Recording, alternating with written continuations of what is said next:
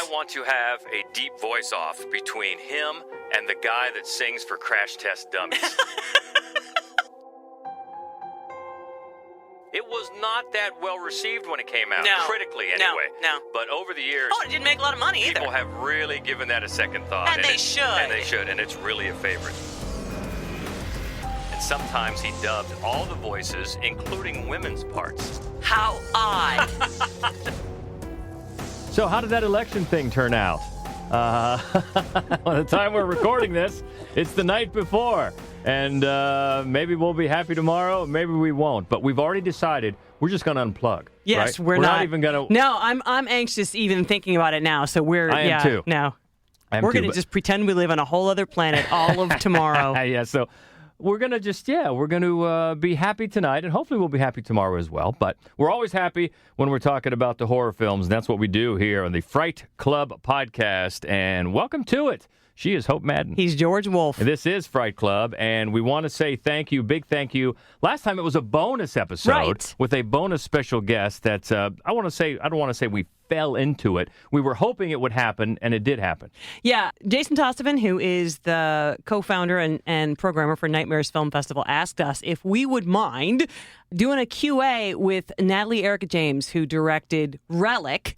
And she was going to talk about making the leap from short films to feature films. And, man, it was just great. She had such great insight, and we got such good questions. Yeah, she was great. We loved doing it. And it was perfect because we had been trying to find a way over the last few years to record a podcast during Nightmares Film Festival. And this year, of course, it was virtual. But it gave us a chance to do that. Yep. So Jason got us the audio, and boom, it is done. So thank you. Had a lot of great reaction. I looked at some of the download numbers. Yeah. I'm like, whoa. Yeah. Hey, Natalie, can you come on every time? Because that was really well received. And I'm not surprised. No. Because especially for filmmakers or anybody interested in really the nuts and bolts, how you go through the business, how you move up. She had some great insight, and she was just fun and a lot of... and it's a great movie. If you haven't seen Relic, you should definitely check it out. And also the short. Is it on YouTube? Yeah, I don't know. The short is called Creswick. Yeah, it's great as well. The short that was sort of the proof of concept for Relic. It's fantastic. So check that out as well. So thank you to Natalie, and thank you to everybody, especially Jason at Nightmares Film Festival. By the way, filmmakers, submissions for 2021 are open now. That's right. Get on it. Find him at Film Freeway and submit, because it really is. And ask anybody. It is among the very best film festivals that you can attend, that you can certainly have your work. And we are so honored that they played our short film Godspeed. Yes. We got a lot of nice feedback on that as well. We did. It was the world premiere of it, so it was the first time anybody saw it. So we were, at least one of us more than the other, nervous about how people would respond. But it was so nice. We got a lot of the Dread Central, Daniel Baldwin, Morbidly Beautiful had some really nice things to say. So it got so much coverage, the festival in general. Right. And some of the writers that singled out Godspeed was, just really appreciated. Yes, very much. If you, by chance, missed Godspeed, however, you will get another chance, because we're very excited to say that the UK Film Review Festival is going to screen it between the weekend of November 13th through the 15th. It's another virtual fest, so you can see it the whole time. And on the 15th... they're going to do a QA with me. What? I know, and it's funny. When he asked, it took me like 30 seconds to realize I'm the A part, because I'm usually the Q part. I do a lot of interviews and QAs with other people, but this is maybe the first time that I've been the A part of it, so I'm excited. Wow, it's like going into some time loop thing. No, that's very cool. That's great. Looking forward to that as well. So that was a kick. Now we move back to, we're probably going to do another Fright Club at some point through StreamYard. Yeah. Because right now it's up in the air about going back live to the Gateway Film Center, which we did two podcasts ago, which was fun. Don't know if we're going to get back there anytime soon, so we'll get to that in the future. But tonight we're back in the studio, and we're talking about voices. That's right. Kind of inspired by you, George. Everybody on this list blows me out of the water, let me tell you what. But this is a lot of fun to talk to. And it's been a lot of fun to do some research on, because it's not so much talking about the film specifically as the people. Right. And I thought that it would be a fun one. And it's always, I think, a good time every once in a while, and when we can sort of make a hard left and do that. We're not talking about 5 specific films, but instead we're talking about something else. And so I thought this was going to be a good one. And these are all great. My Lord, the voices here. I think number one was probably, at least for me, Cut and Dried. Right. But the rest, you could just put them in all tied for number two. You could. I think, because they're fantastic. So we'll start at number 5, and this is from 1973, a classic and a classic performer. What a voice. William Marshall, Blackula. Slavery has merit, I believe. Merit? You find merit in barbarity? Barbarous from the standpoint of the slave, perhaps. Intriguing and delightful from mine. I would willingly pay for so beautiful an addition to my household as your delicious wife. Sir, are you ill? Oh, I meant no insult, Prince. It is a compliment for a man of my station to look with desire on one of your color. Sir, I suddenly find your cognac as distasteful as your manner. You're behaving like some animal. Really? Really. Boy, I tell you, you talk about elections and politicians. That's a guy. If I didn't know him from Adam and I just heard him speak, I'm voting for you. You know, it's funny that you say that. He's not William Marshall. Of course, he's mostly known for Blackula and then also Scream, Blackula, Scream. He was late. If you're much, much younger, you might only know him as the King of Cartoons. I was going to say, and King of Cartoons, but the Pee-wee. thing about him, and it's not just his voice, it's really just his swagger. I think you can't His air. you His can't air imagine William Marshall playing like, Bard patron number 3. It's like he's got to be an aristocrat or royalty or just the boss. He's the guy who tells you what to do. He oozes dignity. He does. As Authority. And that clip I played from Blackula, we just heard about him talking to Count Dracula before things get really involved. Count Dracula should back down just because he has such a better voice than you do when you're kind of throwing shade at each other. But, yeah, such an air of dignity in all of his roles, and that is a fantastic, fantastic voice. And we talked a little bit about this when we did the Best Black Characters in horror. I found a great interview clip with William Marshall back when he was talking about how he approached the character, and he had certain demands about the character if he was going to play it. The character's name was Andrew Brown when they handed me the script. And Andrew Brown, as you may know, is a character in Amos and Andy of ages ago. There was something of a resentment on the part of many producers who sensed this outcry and didn't want our voices to ring resonantly about and create a new kind of genre. So they said, you need to have a property that will be of interest to your target audience. So he's got to be meaningful. He's got to, when he becomes a vampire, he is no longer useful to his people. So he sets out from Africa, as I see it, trying to do something about putting an end to the slave trade. It's a vile, vulgar thing. That's his mission. And it's funny that I imagine when William Marshall made a demand, you just said yes. It's so hard for me to imagine him talking to somebody in that voice and then anybody being like, nah, I don't think so. Well, and his ideas were so spot on. Oh, yeah. Much like another of the voices, another character we're going to get to a little bit later. You give him that backstory, it just improves the character so much. Yeah. And, I don't think it's a surprise that he did a lot of stage work as well. I mean, because he has that project, you know what I mean? Yeah. He's projecting. And I think, you and I have talked a lot over the years about voice work, like in animation, and how some people just don't have it. And you expect them to have it. A lot of times it would be, for us, it would be over the years, people who were going to guest star on The Simpsons. Right. And they were like, ooh, that's going to be so much fun. And then you have them on and think, nah, they just don't have it. They don't know how to still a perform talent. with their voices. Exactly. But man, William Marshall did. Yeah, it is very much a talent. Even if you have a great voice, you just can't show up and do voice work and make it just automatically be effective. No, it's definitely a separate talent as well. But he has got it for sure. The effortlessly majestic William Marshall, and mainly known from Blackula, 1973, and, of course, King of Cartoons. And he brought a great presence to that as well. He did! I mean, come on. No, he absolutely did. Walked in the room and just owned it, Pee-wee. So that is number 5. You know what? Before we move on, we do have some runners-up. that We we do. usually talk about the runners-up before we get into the main countdown, but what the heck, we forgot. So let's let's do them now before we move up to number 4. And we got some great runners-up starting just a few years ago. One of the deepest voices ever, probably, Ralph Ineson from The Witch. Receive the report. Oh my God! Wow. So great. So if you look at the rest of his career, he always plays like these craggly, creepy sort of motorcycle bar guys. That, and I always just think, no, you've niched him wrong. Listen to him talk. Oh my God, such a voice. I want to have a deep voice-off between him and the guy that sings for Crash Test Dummies.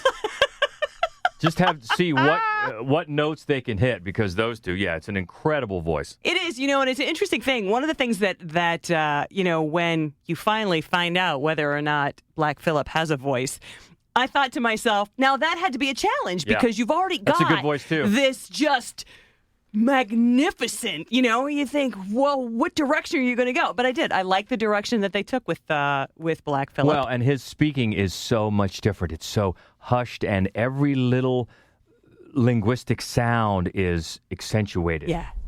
Wouldst thou like to live deliciously? Yeah, he's got a great voice as well. He does. So Ralph Ineson, and also let's go back a ways to 1971, Delphine Seyrig from Daughters of Darkness. How revolting it may be, but then things were slightly different in those days. A holy king of France, even a pope, drank blood to stay young and healthy. Just dripped. You know what I mean? Just dripped elegance and seduction and also a little bit of evil, but the kind of evil that you almost want to go along with because she's completely convinced you, darling. Little touch of evil. Yeah. Also from the 70s, 1974, Black Christmas, Nick Mancuso.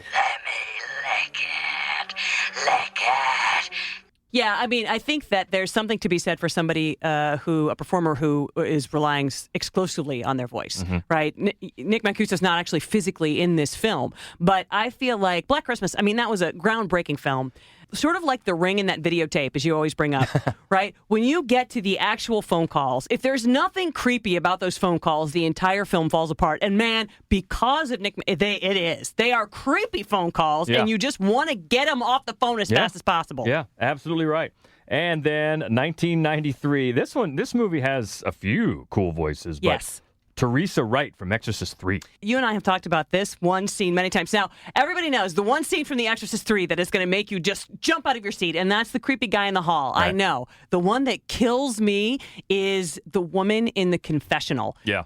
That voice is so horrifying, so demonic and terrifying, and always has been since the first time I saw it.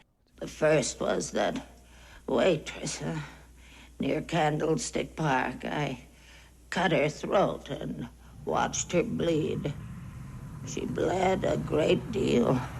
It's a problem that I'm working on, Father. All this bleeding.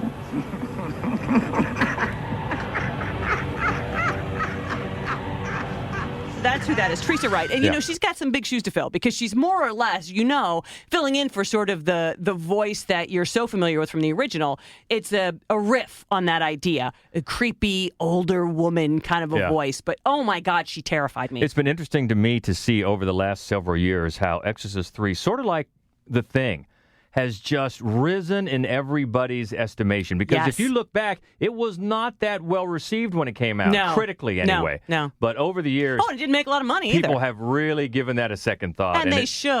And it's really a favorite. So, Teresa Wright from Exorcist 3. So those are a few runners-up. Love those voices, but didn't quite crack the countdown. So let's get back at it. Number 4. Well, speaking of The Thing, this is timely from 1982. Of course, it's Keith David.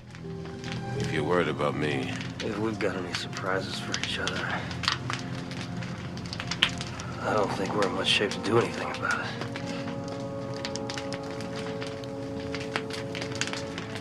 Well, what do we do? Why don't we just wait here for a little while? See what happens. Keith David has 324 acting credits. Whoa! And I imagine his voice is impressive all 324 times. Yeah, but now does that include just voice work? Because he's got a ton of just voice work as well. It does include that, yeah.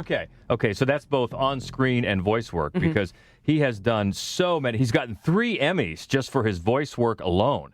And then he's done incredible games and animated projects and on and on and on. And he's also, taking a listen to this, he's also a singer. I just found out about love and I like it. I like it. I like what love has been doing to me. That's awesome. That's Keith David doing a little Nat King Cole. Nice. And he also does, I didn't know this, where can I see this show? He does a show about blues singer Joe Williams. Now, you know how much of a fan of Joe Williams I am. I do know that. I know that I had never heard of him in my whole life, and you were flabbergasted by that, and you made me sit down and listen to a whole bunch of Joe Williams. Love Joe Williams. If I ever see that he's doing that show, we're going. We're going. That is fantastic because a fantastic singing voice. He's great. And that, remember when he came to town? He came to town years ago. This is such a funny story. And he did a show. He was doing I think it was the Nat King Cole show. A tour. Well, okay. And that's back when we were writing for the paper. And our editor was assigned to do a story, do an interview with him, to promote the show. And our editor got the timing wrong and I think he didn't take into account the time change because Keith David was probably on the West Coast. So he called him at like the crack of dawn. And Keith David was not happy about it. But he did the interview anyway. And it was probably glad that it was print. You wouldn't want it recorded because he was none too happy about it. But yeah, what a voice. Not just from The Thing, but like you just said, in every single project that he's done. And, of course, even though the movie's not very good, he's got that great line from Men at Work. Oh, somebody threw away a perfectly good white boy. I was waiting for you. I was waiting for you with that line. That movie, it has some funny lines. Oh, my God, it does. It really does. Anyway, but yeah, so he's great. And, Keith, you got to bring that Joe Williams show to town. Man, just found out about that. I want to see that. So that's number 4, the great Keith David, mainly from The Thing. That's the one we're going to spotlight here, but you could just pick any role. Anything at all. On our list of best voices in horror. So let's move up to number 3. This is one, well, we can't just pick one because if we start naming his roles, we'd be here till next Tuesday. This is the great Christopher Lee. He brought me out the same way, to reverence the music and the drama and the rituals of the old gods, to love nature and to fear it, and to rely on it and to appease it where necessary. He brought me out... He brought you up to be a pagan. A heathen, conceivably, but not, I hope, an unenlightened one. Boy, number 3 and number 2, this was neck and neck here. Man. It was a tough call. Because Christopher Lee is just... Oh, not only his presence as well, because he's so tall. He was so tall. He was like 6'5" or something like that. And then you throw that voice in because the way he looked, it would have been unfair if nature, if God had given him a voice not to fit that stature. Yeah. Can you imagine if he walks into a room and then you're like, yeah, hi, everybody.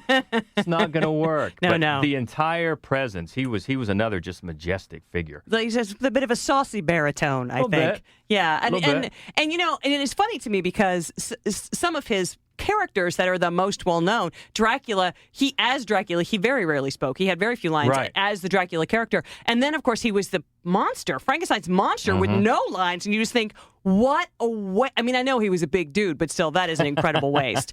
But the one that I think I love the most, I think it's my favorite performance of his, and I think it's the joy of the way he says things is Wicker Man. He's so blasphemous and glorious all through that movie. I love everything about his performance. Including the hair. Oh, yeah. Which, if we ever do a hair countdown, because the way it's coiffed and then the way it blows in that wind is just perfect. Just adds a little ring around his head. It's great. But he's another classically trained singer. Let's take a listen. Che bella cosa una giornata sole. Yeah, so he could bring it, singing as well. Yeah. And he was also, because of that voice, early on in his career, he dubbed foreign films into English and other languages, going all the way back to the 50s. And sometimes he dubbed all the voices, including women's parts. How odd.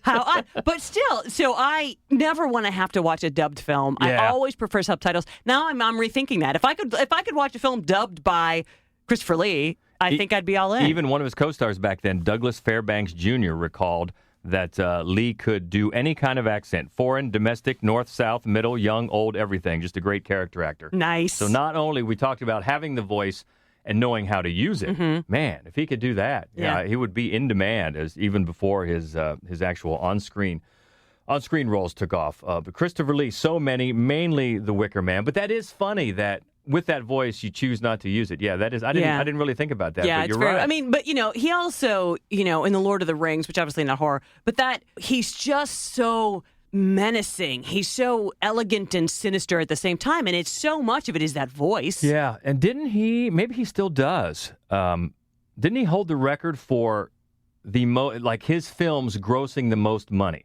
Even though he wasn't the main star, but he was in Star Wars. I think the record might be that he had the most films in the top 10 grossing of all time for a period, right? Okay. Because that changes all the time. Yeah. But for a period because of the 3 Lord of the Rings films, and he was in the god-awful middle trilogy of the Star Wars movies that made a lot of money, and that Tim Burton movie, Willy Wonka and the Chocolate Factory. So it might have just been in a span of a couple of years. Okay. He had more films in the top 10 grossing movies than any other actor. And I know he's up there near the top of just credits in general. Hundreds. Yes. Hundreds of credits. The great and imposing Christopher Lee and his great voice, number 3 on our list of fantastic voices. Moving up to number 2, and we're going to single out, I think, probably from 1992, the original role of Candyman for Tony Todd. Be my victim. I am the writing on the wall, the whisper in the classroom. Without these things, I am nothing. So now I must shed innocent blood. Come with me. Why did Tony Todd get the nod? Why did he make it number 2 and not number 3? I have such a crush on Tony Todd. and it's his voice. That's what does it. That's what does it. Well, he's also got an incredible presence. Yes, he does. An incredible presence on screen. And I'm glad to see that he is part of the new one, right? He's credited on IMDb now. I don't know what they're trying to keep secret or whatever, but very much looking forward to that movie and looking forward to see how they work him in. You know what? I just want to give credit to, we just saw a few weeks ago a movie that's out right now on demand you could get called Immortal.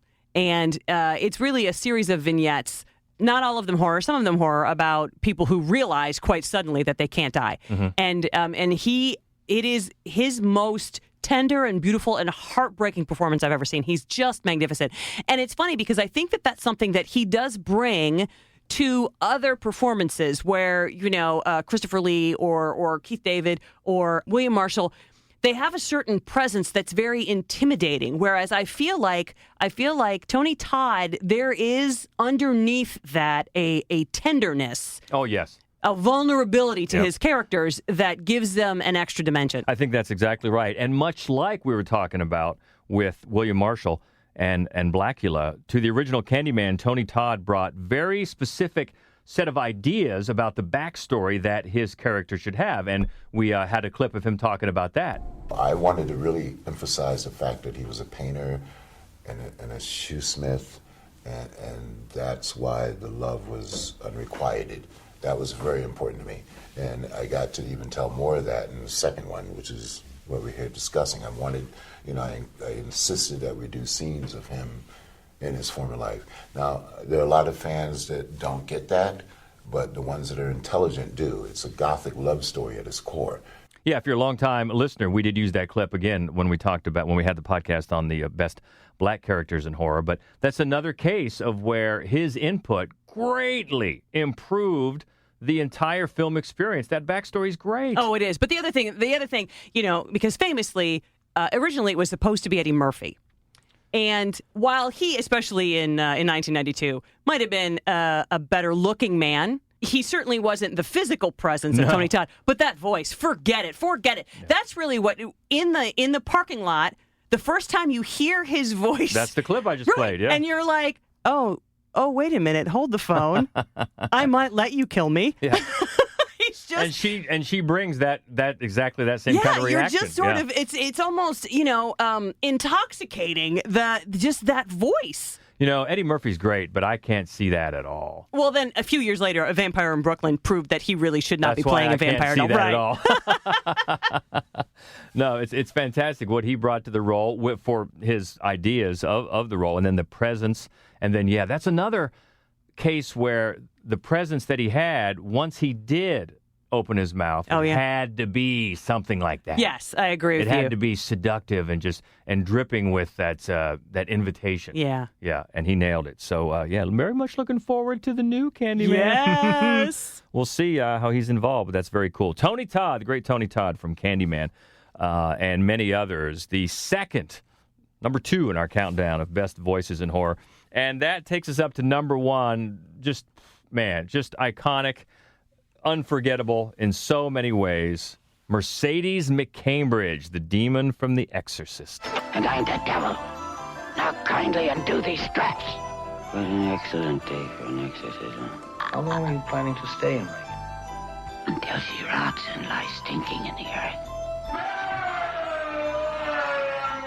How scary is she? Man, that's just a little clip there of kind of a mashup of her greatest hits. And what's interesting is you can also find on YouTube clips of Linda Blair just saying it as they were filming it before it was dubbed. And obviously you're not going to have Linda Blair at the time when she was a little kid sounding like a demon, but it just shows you the difference that voice made. She was just incredible. And I also found a clip of her talking about her approach and her ideas of what she could do to get her voice even more sinister.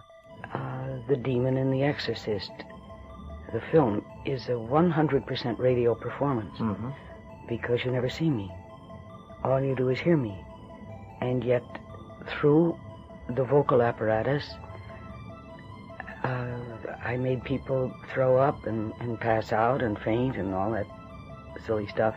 But it was interesting to pull it off in a film because it was really radio. And it's, I've done this before on a microphone since the film, but I wondered how I could convey through sound an impression of the demon breathing. In the book, Bill Blatty describes very colorfully the horror of the sound that the 2 exorcists feel when they are outside the closed door of the room and they are still aware of the breathing going on inside of the demon, inside the little girl. Well, how are you going to make that sound? Well, I finally came up with something that worked, and it's what's on the soundtrack. When I was little, I had bronchitis. I've had it all my life. And I wheezed, and do wheeze when I get into attack of it. So really what you hear with the demon, let me do it for you now. When the demon breathes, this is what you hear.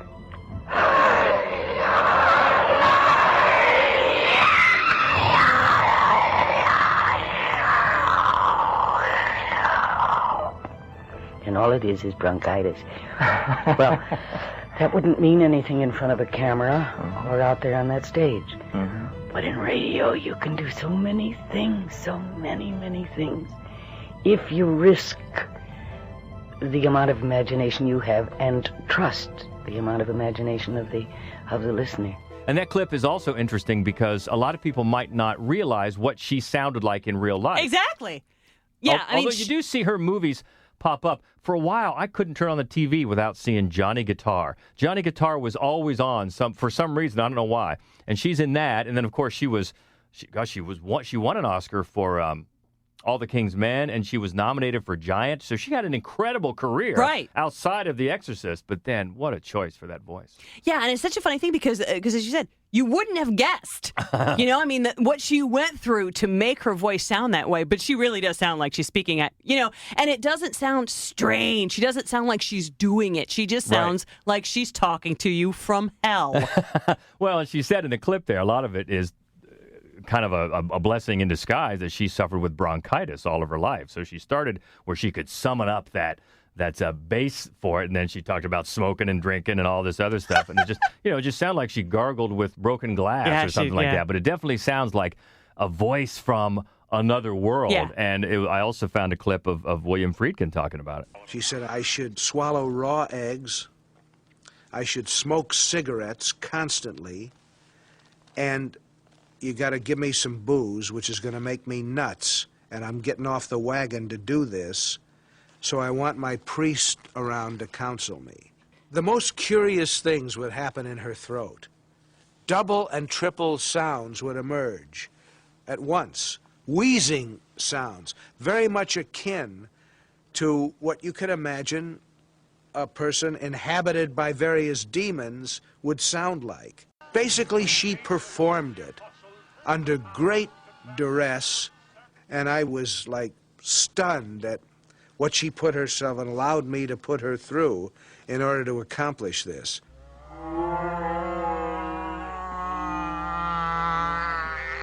She was not originally credited for the voice work on the print of the movie, which is like, what? How can you not? And then she made an appeal to the Screen Actors Guild, and a new print was made with her name on it because, oh my, yes. Right. What Well, it's a lot like contribution. So, another voice that we need to mention, right? Boris Karloff, and that his voice doesn't get a mention in the Grinch, the original Grinch story cartoon. They didn't put his name on there, which is insane because that's the whole part of it that makes it so much fun to hear. Yeah, because Exorcist has plenty of visual frights. Yes. But just hearing that, even if you closed your eyes, Oh, my God. in that opening, the first time that Father Karras meets her, and they're just casually talking, just the way she says before she even raises her voice and gets real scary, just the way she says something like intensely. You're like, Oh, yeah. And I think casual is a great word for it because she doesn't seem like she's trying to frighten anybody. She knows who she is.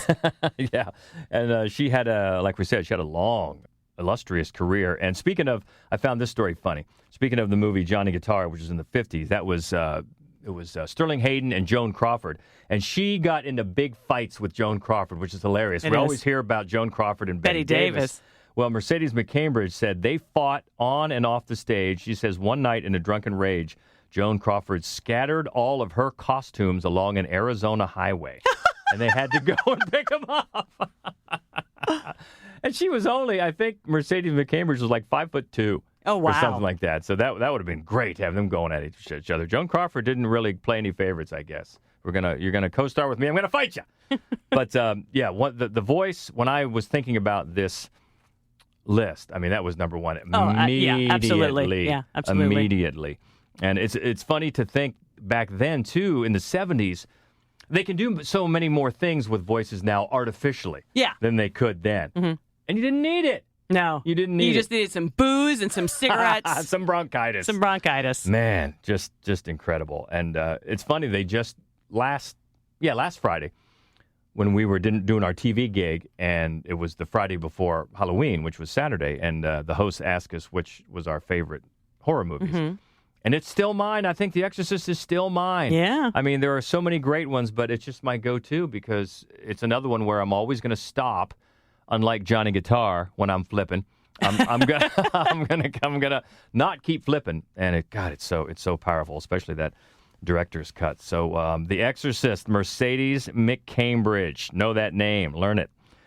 Number one on our list of voices in horror. So if you think there's any that we're missing, we would love to hear about it. We would. Yeah, we'll be happy to do a mea culpa. No one will slide in probably at number one. No one will probably crack the top five, really. These are pretty ironclad. Yeah, I would think so. But if there's some runners-up that we missed, let us have it.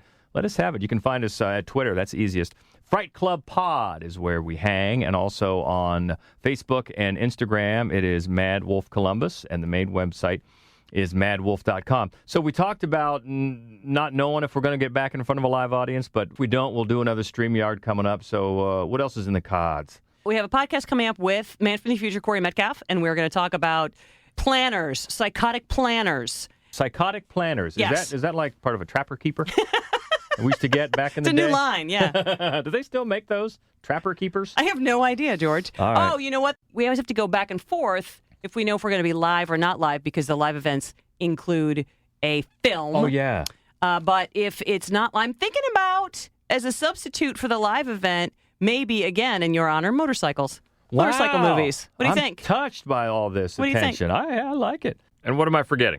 Thank Andrew from the Freaks and Psychos podcast. Oh, yeah. Big shout out. He did. So that podcast, which is about Disabilities in Horror, and you should check it out. They're very thoughtful, really, really detailed, very intelligent, deep conversations about disabilities representation in horror films. And the episode 2 was all about the film, Todd Browning's film Freaks, which, of course, we've talked about many, many times on this show.